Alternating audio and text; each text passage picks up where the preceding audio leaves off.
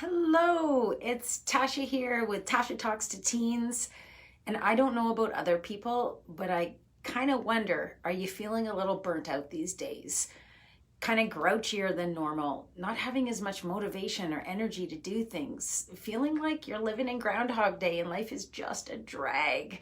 Know that you're not alone. And there's some pretty cool biology to explain some of the reasons why that have more to do than just, hey, P.S., there's this thing called a global pandemic going on. And here we are almost a year into it where it's affected our lives.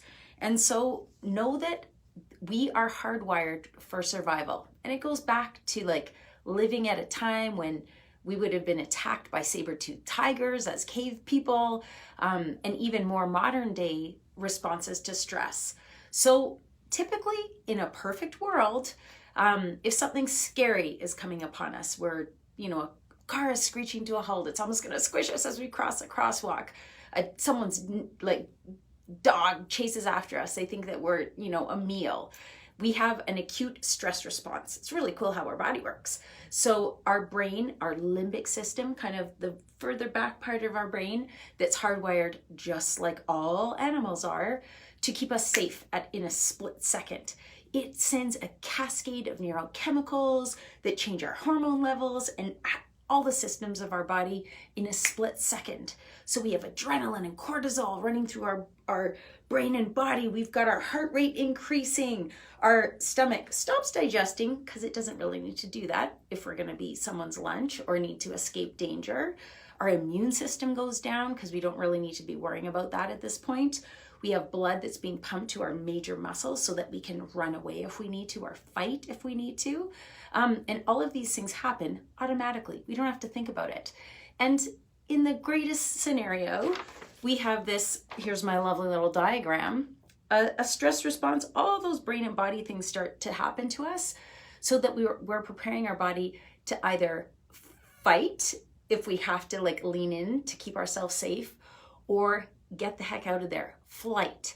And in perfect case scenario, the thing that's supposed to be scary gets to leave, then we have a chance to chill out, to rest, and maybe even sleep. So after we escape danger, probably about 20 minutes later, if we've had a chance to be safe and calm down, we're going to be back to baseline. And those stress hormones are going to leave our body and our heart rate is going to come back down.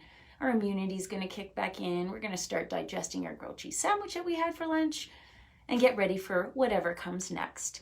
And what has happened, and this happens in modern day life a lot, is that it's not saber-toothed tigers that we're worried about. It's a big final exam. It's our social media profile. It is a kerfuffle we've had with a friend, or what our plans are for the future. And then this thing called COVID-19 hit the world, and there is so much unpredictability with it and changing landscape. We all kind of rallied around, if we find a vaccine, that's going to solve all of our problems. Whew, we can get back to that place where we can rest. Well, it hasn't really turned out that way.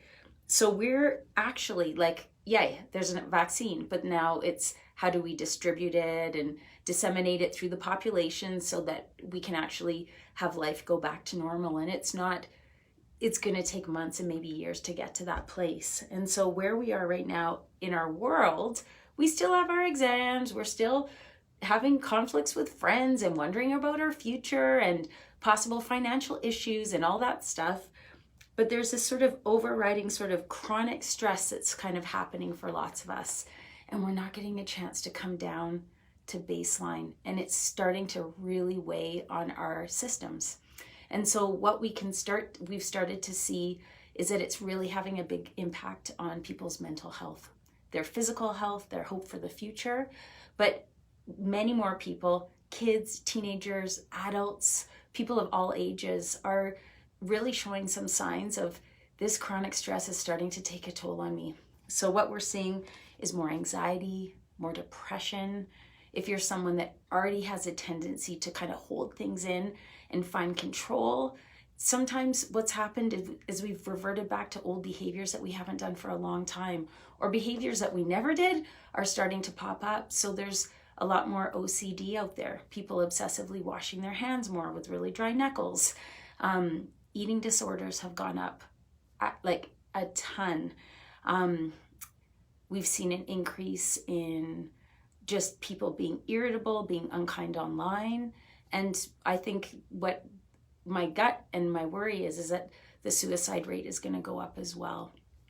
Knowing this stuff, it's not all gloom and doom. A big piece that we can learn from is how do we complete that stress cycle? Because we're hardwired to get back to baseline. And when we get back to baseline, we calm down that limbic system and we get to use this beautiful prefrontal cortex that has the ability to gain perspective, to problem solve in a creative way, to be more responsive to things and plan without making immediate, I need to get out of the fire decisions. So we actually, as a global nation, need to really work hard to get to a place where we're using all of our resources to come together to figure out what we're going to do next. And so I would invite you, if you're a teenager, think about this in your own life. Maybe teach a friend. If you're a parent, talk to your kids about this. We know that we can get to a place where we can force, almost trick our body into thinking we're in a safe place. So for many of us, we're kind of in a freeze response. We can't escape. We can't really fight anything we can't see. So we're feeling kind of powerless. And that's actually the worst place to be. So being powerless in the face of danger can kind of set a body up to even develop PTSD. So we need to move this stuff through our body.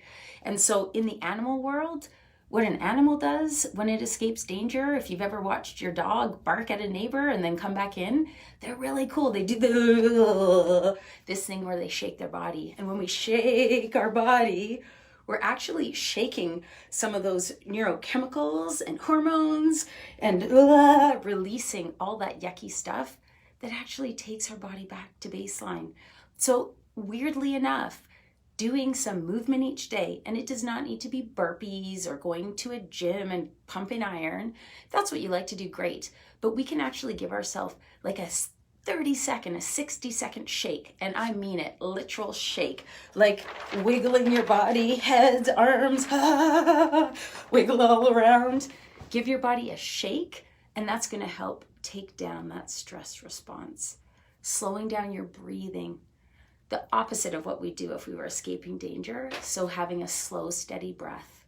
So a deep breath in and a slow breath out, maybe even with some noise.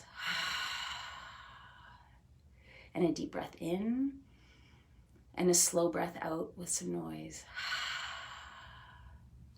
Stopping to be mindful about how we breathe actually sends messages to our brain that we've escaped danger and we're doing better.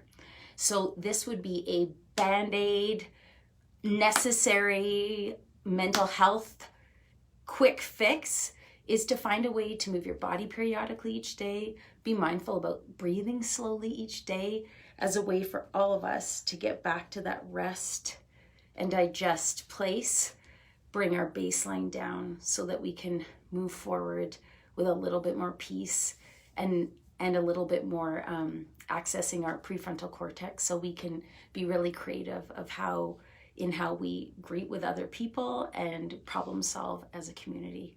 I hope that this is kind of helpful for people. If you have any questions or you're like, hey, I wonder about this, would this help to shake off some of that stress? Put it in the comments, because it's great to share this resource with lots of people.